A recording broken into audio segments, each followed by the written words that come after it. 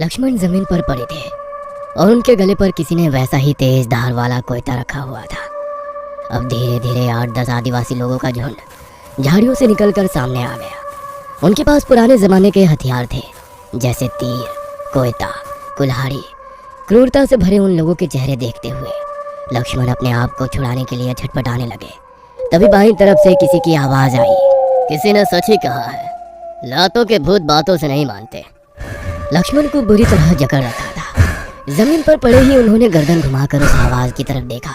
एक अधनंगा इंसान जो उन आदिवासियों के झुंड का मुखिया था, वो उनकी तरफ चला आ रहा था। वह लक्ष्मण के सिर के पास आकर खड़ा हो गया और अपना पैर लक्ष्मण के गाल पर रखते हुए बोला, क्यों बे लक्ष्या, तुझे कितनी बार बोला ये जंगल हमारा इलाका है? लेकिन मैंने तो सुना है ये जंगल सिर्फ जंगली जानवरों का इलाका है। जंगली जानवरों का नहीं, इस शेर का है। और यहाँ से शिकार तो क्या, पेड़ का पत्ता भी ले जाओगे तो तेरा हाथ जिस्म से अलग कर देंगे। उसकी बात सुनकर गुस्से से थोड़ा कराते हुए लक्ष्मण ने कहा, लेकिन जाना तो पड़ेगा ही। क्या करूं, बेटी से वादा किया है कि आज शिकार लेकर ही वापस लौटूंगा। अफसोस है कि आज तू अपना वादा पूरा नहीं कर पाएगा। शायद आज के बाद कभी भी। इसका बायां हाथ कोहनी से, अब नहीं, कंधे से काट कर अलग कर दो। उसके साथी ने लक्ष्मण का हाथ जमीन पर फैलाया। दूसरे ने उनके हाथ के ऊपर पैर रखकर जकड़ लिया। लक्ष्मण छटपटा रहा था, खुद को छुड़ाने की पुरजोर कोशिश कर रहा था, पर उन्होंने उसे बुरी तरह जकड़ रखा था। तभी हाथ में तेज धार वाला कोयता लेकर एक हट्टा कट्टा 6.5 फीट लंबा गुस्सैल चेहरे का आदमी चलता हुआ आगे बढ़ने लगा। उसके हाथ में पकड़े तेज धार वाले कोयते पर पहले ही काफी खून लगा था, जो सूख कर काला पड़ चुका था। जमीन पर पड़े लक्ष्मण की छटपटाहट देखकर मुखिया जोर जोर से हंसने लगा। उसे काफी मजा आ रहा था। उसने कोयता हवा में उठाया ही था कि तभी ऊपर पेड़ पर घात लगाए बैठे काले तेंदुए ने उनमें जैसे अफरा तफरी हल्ला मच गया। उसके सारे साथी लक्ष्मण को छोड़ अपनी मुखिया को बचाने में लग गए, और उस तेंदुए ने मुखिया को बुरी तरह से घायल कर दिया।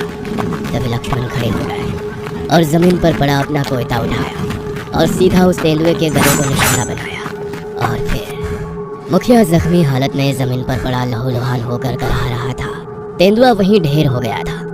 उस तेंदुए ने मुखिया का हाथ ही कंधे से उखाड़ दिया था। लक्ष्मण ने पेड़ों के कुछ पत्ते तोड़े और मुखिया को खाने के लिए दिए और कुछ को उसके कंधे पर बांधते हुए कहा, थोड़ी दूर पानी का झरना है, अपने जख्म वहाँ पर आकर अच्छे से धो लो, और ये जड़ी बूटी दिन में 4 बार खानी है, और जल्द से जल्द किसी वैद्य जी को दिखाओ। और तभी वहाँ से गुजरने वाले एक हिरन को लक्ष्मण ने तीर से जख्मी किया। मरे हिरन को अपने कंधे पर लाद कर लक्ष्मण ने कहा, देखा, जिसे अपना इलाका समझ रहा था वो इन जंगली जानवरों का इलाका है। तेंदुआ हिरन पर घात लगाए बैठा था, पर तुम बीच में आ गए, और जो तेंदुए का शिकार बनने वाला था वो, सच कहूँ तो घुसपैठिए तो हम दोनों हैं जो इनके इलाके में घुसपैठ कर रहे हैं। जाते जाते लक्ष्मण रुके और मुखिया से कहा, खुद को शेर कहने से हम इंसान शेर नहीं बन जाते। शेर तो एक जानवर है जो अपने से कमजोर का शिकार करके अपना पेट भरता है। सच कहूँ तो जानवर बनना आसान है, पर इंसान बने रहना उतना भी मुश्किल नहीं है। लक्ष्मण ने हिरन को कंधे पर लिया और अपने घर के रास्ते आने लगे। वहीं दूसरी तरफ उस दल के लोग अपने जख्मी मुखिया को उनके इलाके में ले जाने लगे। रात हो गई थी। उस छोटी सी कुटिया के एक कोने में जल रहे दिए की पीली धुंधली रोशनी पूरी कुटिया में फैली हुई थी। सफेद मिट्टी की दीवारों पर चूने से कई जगह स्वास्तिक का निशान बना था। बच्चे तो कब के सो गए थे। उसकी नजर विमला पर गई, जो आज कहानी बगैर सुने सो गई थी। उसे देख लक्ष्मण को अपना बचपन याद आ गया। नवरात्रि का त्योहार शुरू हो गया था। एक कोने में देवी माँ की प्रतिमा के सामने दीपक की जलती लौ के ऊपर नजरें गड़ाए अपनी माँ की गोद में सर रखकर जमीन पर लेटे हुए लक्ष्मण ने पूछा, माँ, राक्षस इतने खूंखार होते थे? हाँ बेटा, बहुत खूंखार, निर्दयता से भरे, क्रूर, जिन्हें बेगुनाह मासूम लोगों को बेरहमी से मारना, उनका रक्त पीने में उन्हें आनंद मिलता।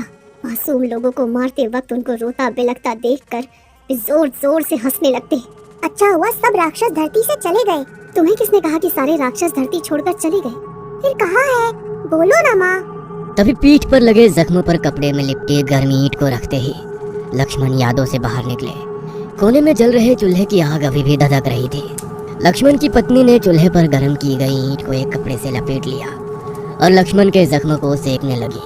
क्या जरूरत थी उनके इलाके में जाने की? अगर आपको कुछ हो जाता तो हमारा क्या होता? लक्ष्मण के पास कोई जवाब नहीं था, बस उन्हें अपने परिवार का पेट भरना था, किसी भी कीमत पर। विमला सो गई? हाँ, आपसे कहानी सुनने के लिए बैठी थी, राह देखते देखते सो गई। तभी कुटिया का बांस की लकड़ी से बना दरवाजा खिसकने की आवाज आई। उनका सबसे छोटा भाई रंगा अंदर आया और दीवार से सटकर बैठते हुए बोला, वो दंगड़ू संदेश लेकर आया था, ताई को लड़की हुई है। ये सुनकर लक्ष्मण का चेहरा खुशी से खिल गया। अरे वाह, यह तो बड़ी खुशी की बात है। हाँ भैया, इतवार को बेटी का नाम रखने के लिए हम सबको बुलाया है। ठीक है, बच्चे के लिए कपड़े और कुछ चांदी का गहना ले आना। मैं पाटिल जी से बात करूंगा, हम उनके खेत सींचते हैं तो वे कुछ पैसे दे देंगे। पहली बेटी के लिए कुछ नहीं ले सके थे।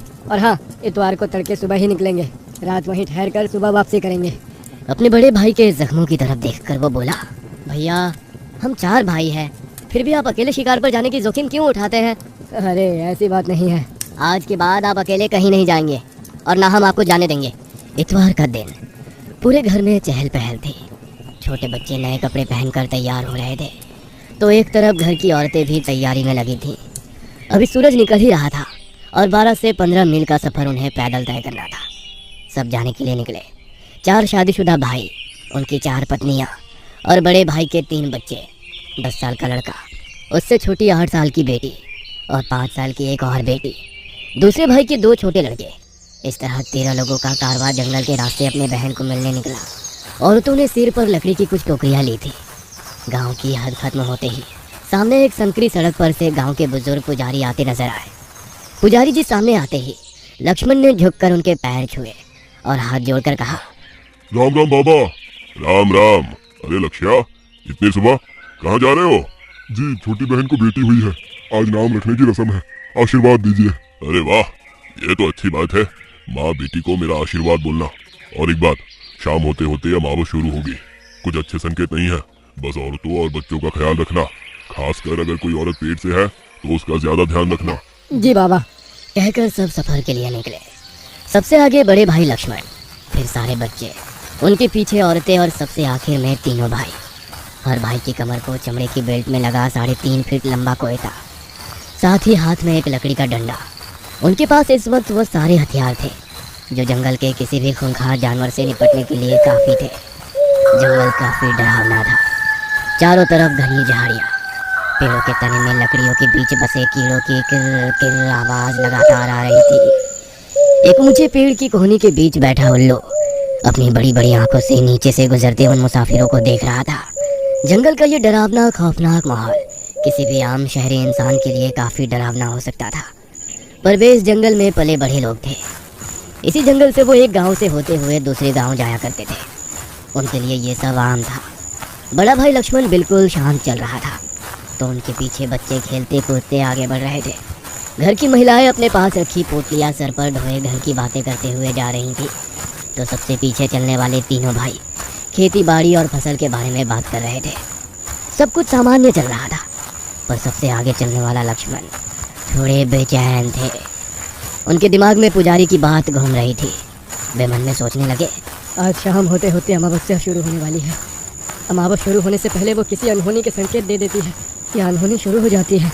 वे अपने विचारों में ही खोए थे कि तभी पीछे से उन्हें अपने भाई की आवाज़ सुनाई दी, भैया। अपने कमर पर लगे कोयते पर हाथ रखकर वे झट से पीछे मुड़े तो छोटे भाई ने कहा, भैया अब बच्चे आम खाने की जिद कर रहे हैं। अपने छोटे भाई की बात सुनकर उन्होंने आसपास खड़े ऊंचे पेड़ों पर नजर डाली। वहीं पर एक ऊंचा आम का पेड़ उन्हें नजर आया। ठीक है, पर जरा संभल कर ऊपर चढ़ना। सब वहीं पास ही दूसरे पेड़ की छांव में आसपास बैठ गए। लक्ष्मण भी एक पेड़ की छांव में बैठकर सबकी तरफ देखने लगे। महिलाओं ने भी अपने सर पर ली टोकरियां जमीन पर रख दी। बच्चे थोड़ी देर खेल कूद करने लगे, पर लक्ष्मण अभी भी चिंतित थे। लक्ष्मण धीरे धीरे अपने भाई की गर्भवती पत्नी की ओर देख रहे थे।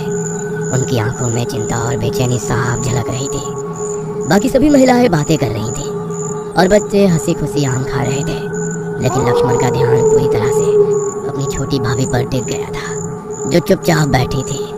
उसकी खामोशी बाकी सबकी चहलकदमी से बिल्कुल अलग और असामान्य लग रही थी। जब किसी ने उसके सामने पके हुए आम रखे तो उसने सिर हिलाकर मना कर दिया। उसका चेहरा बेहद शांत लेकिन अस्वाभाविक था। लक्ष्मण की छठी इंद्रियों ने जैसे खतरे का संकेत दिया। वो उसकी हर हरकत को ध्यान से देख रहे थे। तभी उसने अचानक लक्ष्मण की ओर देखा। उसकी नजरें इतनी ठंडी और भेदती हुई थी कि लक्ष्मण के रोंगटे खड़े हो गए। और फिर जैसे एक पल में सब बदल गया। उसके चेहरे पर एक अजीब भयावह परिवर्तन होने लगा। उसकी त्वचा पहले पीली पड़ी और फिर गहरे काले रंग में बदल गई। बाल जो अब तक बंधे हुए थे एकदम बिखर कर उसके कंधों पर लटकने लगे। उसकी आंखें बड़ी लाल और डरावनी हो गई, जैसे उनमें आग जल रही हो। उसके होठों पर एक अजीब सी कुटिल मुस्कान आई और वो हंसने लगी, एक कर्कश भयानक हंसी जो हर किसी के दिल में डर का संचार कर दे। लक्ष्मण को लगा जैसे उनकी सांस रुक गई हो। वो डर के मारे अपनी जगह से हिल भी नहीं सके। उसने धीरे धीरे खड़े होकर लक्ष्मण की ओर देखा। उसकी चाल में एक अजीब झटकेदारपन था, जैसे उसके शरीर पर अब किसी और का कब्जा हो। और फिर बिना किसी चेतावनी के वो अचानक बिजली की तेजी से लक्ष्मण की ओर झपटी। क्या हुआ था उनके भाई की पत्नी को? किसने उस महिला को इस कदर बदल दिया? क्या लक्ष्मण अपनी जान बचा पाएगा या फिर इस रहस्यमय शक्ति का शिकार बन जाएगा? और सबसे बड़ा सवाल, क्या बाकी परिवार भी इस भयावह खतरे से सुरक्षित है या फिर एक एक कर हर किसी का शिकार होगा?